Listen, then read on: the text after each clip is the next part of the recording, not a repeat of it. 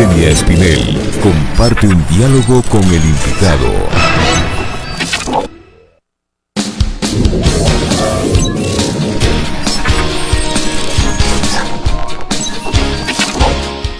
Ya son las 12 horas con 26 minutos, 12 con 26 minutos en la segunda emisión de Punto Noticias a través de Pichincha Universal. Saludamos a esta hora al asambleísta Augusto Espinosa, asambleísta de la Revolución Ciudadana y ex ministro de Educación. Asambleísta Espinosa, buenas tardes, gracias por acompañarnos en Punto Noticias en Pichincha Universal. En estos últimos días se ha llegado a polemizar nuevamente sobre el examen Ser Bachiller. Hay algunos sectores que piden su eliminación, incluso desde el sector político, ya en un año electoral. Se pide la eliminación de este requisito para acceder a la universidad, asegurando que esto va a facilitar el ingreso de los estudiantes a las universidades. ¿Cuál es su punto de vista al respecto? Buenas tardes, señora. Primero, solidarizarme con la radio que está siendo objeto de una persecución política que le hace daño a un derecho fundamental que debe regir una sociedad como la ecuatoriana, y es el derecho a la libertad de expresión. Todo nuestro apoyo y nuestra solidaridad. En relación a la pregunta, yo creo que habría que interrogarse tres o cuatro cosas. La primera es si es que los estudiantes deben ser evaluados, deben tener una prueba de grado antes de obtener su título de bachiller. Uh-huh. La segunda es si esa prueba de grado debe ser estandarizada, es decir, debe implicar medir con la misma vara a todos. Y la tercera, si efectivamente los problemas de acceso a la universidad se derivan de la prueba de admisión o de la falta de inversión pública en educación. Entonces, frente a la primera pregunta, yo creo que para todos los ciudadanos ecuatorianos es evidente que antes del otorgamiento de un título se debe evaluar si existe un conocimiento detrás de ese título, y el Ser Bachiller es precisamente el examen de grado de todos los estudiantes antes de la obtención del título de bachiller. Con una consideración adicional, que este examen de grado no representa la totalidad de la nota de graduación, sino que es un porcentaje, es uno de los componentes. Los otros componentes son los promedios que se obtuvieron a lo largo de la vida estudiantil. Otro componente es la monografía de grado, etcétera. Es decir, no es solo la nota del Ser Bachiller lo que determina la calificación con la que obtiene el título un estudiante.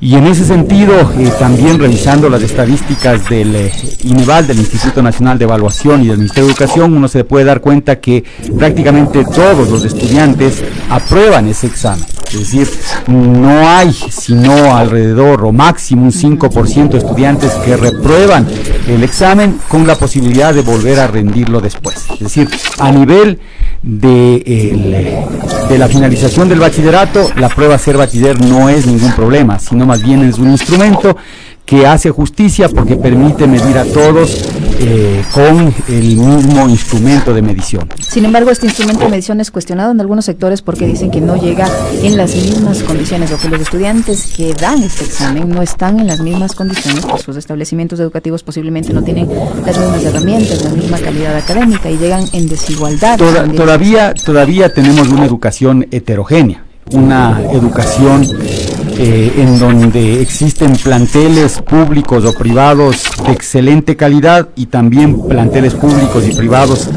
cuya calidad todavía está bastante alejada de lo deseado. Sin embargo, precisamente este Ser Bachiller lo que permite es hacer ese diagnóstico. Uh-huh. Si, por ejemplo, cada profesor, cada colegio elaboraría una prueba de grado, o sea, usando el lenguaje coloquial de nuestros jóvenes, diríamos, en algunos casos tendrían exámenes regalados y en otros exámenes fregadísimos. Y puede ser que un colegio regale los exámenes y el estudiante se gradúe con 10, o saque 10 en la prueba de grado, y otro estudiante con elevada calidad tenga un nivel de dificultad mayor en el examen de grado, y estudiantes brillantes bajen su promedio. Es decir, justamente por esa heterogeneidad que existe, es que debe haber una sola evaluación para que la política pública pueda dirigirse a mejorar la calidad de aquellos planteles educativos, de aquellas parroquias fundamentalmente rurales, cantones o provincias, en donde se demande canalizar una mayor inversión para elevar la calidad. Es decir, el examen Ser Bachiller en educación media sirve para evaluar al estudiante. Hay muy pocos estudiantes que reprueban, a pesar de esta heterogeneidad, que reprueban el examen.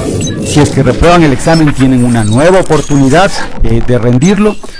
Y por otro lado, este examen sirve para hacer una evaluación de la calidad y poder tomar acciones para mejorar la calidad educativa.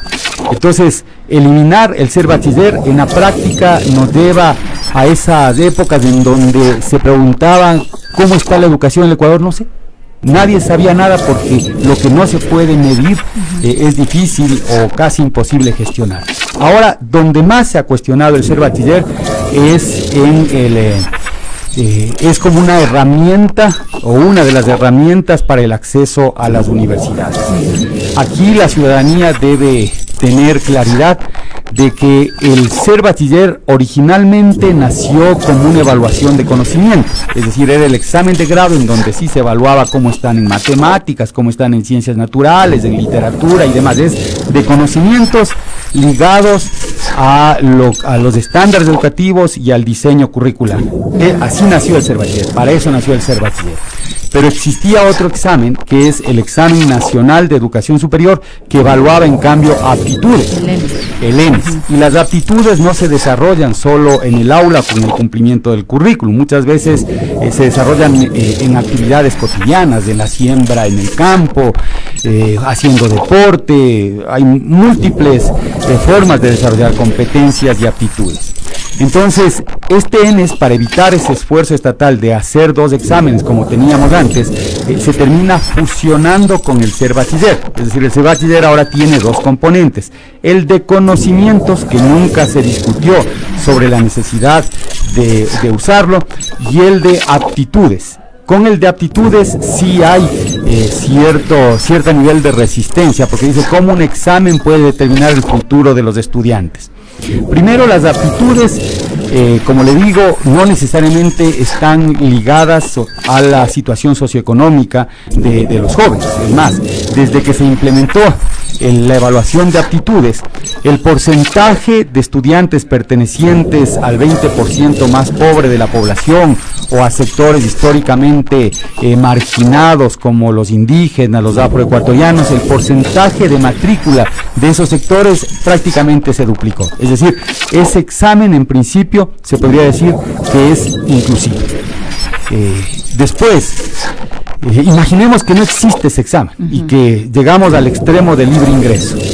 Que era como ocurría antes. No, y que hay algunos sectores, no ocurría antes, una aclaración, no ocurría antes de implementarse el examen nacional de educación superior. Cada universidad tenía su examen de ingreso, entonces iban a la Politécnica Nacional o a la Escuela Politécnica del Litoral y eran exámenes sumamente complejos. Iban a la Universidad de Guayaquil y el examen era una prueba de resistencia física, 3 días a la intemperie, bajo la lluvia muchas veces, a ver si es que consigue un cupo. Es decir, habían mecanismos de admisión. Pero imaginemos que hoy tenemos un libre ingreso, que se dice ya, listo, no hay ninguna evaluación, ni siquiera las universidades tomen exámenes de admisión. Pero eso es un poco demagógico, el plantear que solo eliminando el Ser Bachiller se va a mejorar el acceso a la universidad en cuanto a cupos, porque los cupos los proveen las propias universidades. Absolutamente, es que ese es el punto. Y siempre los cupos de las universidades no son los mismos para cubrir la población. Ese es el punto. estudiantil. Nosotros tenemos una tasa bruta de matrícula del 22% en educación superior. El objetivo debería ser llegar al menos al 50%. Para llegar al 50%, ¿qué tenemos que hacer? Ampliar la capacidad del sistema de educación superior. Yo digo fundamentalmente la capacidad de los institutos técnicos y tecnológicos, que son las carreras que en este momento, después de la reforma de la Ley Orgánica de Educación Superior, ya corresponden a títulos de tercer nivel técnico y son las carreras que permiten una rápida iniciación laboral y además son carreras pertinentes porque la sociedad y los sectores productivos necesitan ese tipo de talento humano formado con especialidad técnica. Entonces, si es que no se invierte ahí, Pero Aunque había haya un proyecto de inversión, yo recuerdo, si la memoria no me falla, un proyecto de inversión impulsado en la administración anterior, en la administración gubernamental, me refiero, en la que usted fue ministro de Educación, en la que se planificaba precisamente impulsar las instituciones de educación, los institutos de educación superior, alrededor de $400 millones, que comenzó, pero no sabemos si al momento, con estos casi 3 años de gestión del actual mandatario, ese proyecto se continuó implementando, se lo paró, no se sabe. esta es una gran conclusión, una importante conclusión. El problema de cupos en educación superior no es consecuencia o no se debe a la toma de una evaluación para la admisión, se debe a la falta de inversión en educación superior. Si queremos solucionar los problemas de los jóvenes, tenemos que invertir en educación superior y fundamentalmente en crear estos famosos institutos técnicos tecnológicos que hoy los adjetivamos ya como universitarios, porque dan un título de tercer nivel técnico. Y efectivamente, en el gobierno del presidente Rafael Correa ya se hizo un estudio y se diseñó un proyecto para crear 40 institutos técnicos tecnológicos que iban a estar ubicados o distribuidos en todo el territorio nacional. Cada uno de esos institutos técnicos y tecnológicos requería de una inversión de alrededor de $10 millones, y algunos se inauguraron, parece que 2 o 3 se inauguraron ya durante el periodo anterior. Cuando uno conoce esos institutos técnicos y tecnológicos inaugurados, uno se da cuenta que no son las pequeñas casitas que uno identifica como instituto técnico, sino son verdaderos institutos universitarios. Ese proyecto, ese programa debió haberse continuado. Incluso fue parte de la oferta de campaña del presidente Lenín Moreno. Él hablaba de las 40 universidades técnicas, ustedes recordarán. Esa fue la gran oferta en ese entonces candidato Lenín Moreno a los jóvenes ecuatorianos. Después no ha pasado nada, o sea, no se ha invertido. Y es más, se va reduciendo el presupuesto de las universidades, es decir, no se le ha dado el carácter de urgente, necesario, fundamental para el desarrollo a la inversión en educación superior. Y como no hay inversión en educación superior y tenemos cada vez un número de jóvenes que se gradúan como bachilleres mayor, porque como ya en la década pasada, en el gobierno pasado, se universalizó la matrícula en educación general básica, entonces eso implica que cada vez hay más estudiantes que acceden al bachillerato y mayor número de jóvenes que se gradúan como bachilleres, una cantidad creciente de jóvenes que aspiran a ingresar a la universidad o a la formación de tercer nivel, y por otro lado tenemos un Estado que no está invirtiendo en educación superior. Entonces lo que vamos a tener es un problema que cada vez será más agudo, el problema de los famosos ninis, de los jóvenes que ni estudian ni trabajan. 13.9% es la tasa de desempleo juvenil, 13.9%, es decir, 3 veces mayor que la tasa de desempleo media en la economía ecuatoriana, es decir, un aparato productivo que se contrae y jóvenes que no tienen la posibilidad de estudiar. Entramos en un círculo vicioso, un círculo pernicioso que nos va a llevar en determinado momento a situaciones incluso de convulsión social, porque jóvenes sin respuesta del Estado, jóvenes sin esperanza, jóvenes con miedo en relación a su futuro, es lo peor que le puede pasar a una sociedad. Estamos conversando con Augusto Espinosa, asambleísta de la Revolución Ciudadana, exministro de Educación. Asambleísta Espinosa, en la Asamblea Nacional la semana pasada, la Comisión de Educación, con esto del tema de ser bachiller, solicitó o instó a que se declare la emergencia en el sector educativo. ¿Usted coincide que es necesario declarar en emergencia el sector educativo? No solo por el tema del ser bachiller, sino en general. Por ejemplo, esta mañana estuvo aquí en nuestros estudios el ex rector de la Universidad Central, Edgar Samaniego, y decía que con este tipo de planteamientos de eliminar el ser bachiller, con esta reducción en la inversión pública en materia educativa, hay una involución en el sentido de la educación. Así es, o sea, yo creo que si nosotros queremos tomar en serio o resolver los problemas que existen en el país en relación a la educación, la primera gran muestra de que hay voluntad implica el generar mayores niveles de inversión hacia la educación superior y hacia la educación media, la educación en general. Si es que no vemos que esto se refleje en las proformas presupuestarias, si es que vemos que se contrae más bien la inversión en educación, eso significa que ya estamos condenando al país al subdesarrollo permanente. Entonces es emergente, es crítico lo que está pasando. Mire, hay un tema que preocupa, ya no se publican estadísticas sobre matrícula en educación general. Ya se dejó de recolectar esa información.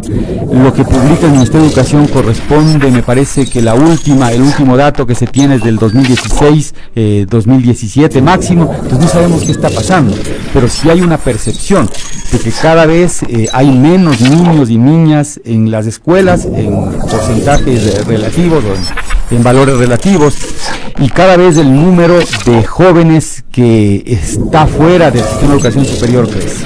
Muchísimas gracias, asambleísta Augusto Espinosa, por habernos acompañado. El asambleísta Augusto Espinosa de la Revolución Ciudadana, ex ministro de Educación, hablando sobre el tema del cervatillero, el estado de la educación a nivel general en el país. Muchísimas gracias. Un gusto y siempre a las órdenes. Vamos a hacer una pausa, volvemos enseguida con más.